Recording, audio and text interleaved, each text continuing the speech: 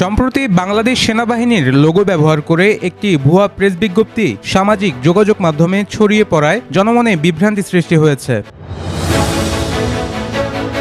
এ ধরনের মিথ্যা ও উদ্দেশ্যপ্রণোদিত প্রচারণার বিরুদ্ধে সতর্ক করেছে বাংলাদেশ সেনাবাহিনী। শুক্রবার দুপুরে বাংলাদেশ সেনাবাহিনীর ভেরিফাইড ফেসবুক পেজে এক সচেতনতামূলক পোস্টে জনগণকে গুজবে কান না দেওয়ার আহ্বান জানানো হয়।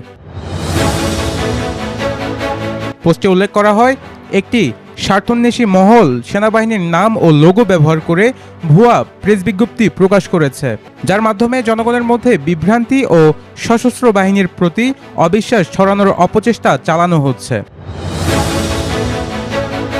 সেনাবাহিনী তাদের পোস্টে স্পষ্টভাবে জানায়, গুজবে কান দেবেন না, বিভ্রান্ত হবেন না, সত্যতা যাচাই করুন, সচেতন থাকুন। পোস্টের সঙ্গে ওই ভুয়া প্রেস বিজ্ঞপ্তিটির একটি ছবি সংযুক্ত করা হয়েছে, যেন জনসাধারণ প্রতারণার ধরন সম্পর্কে সচেতন হতে পারে।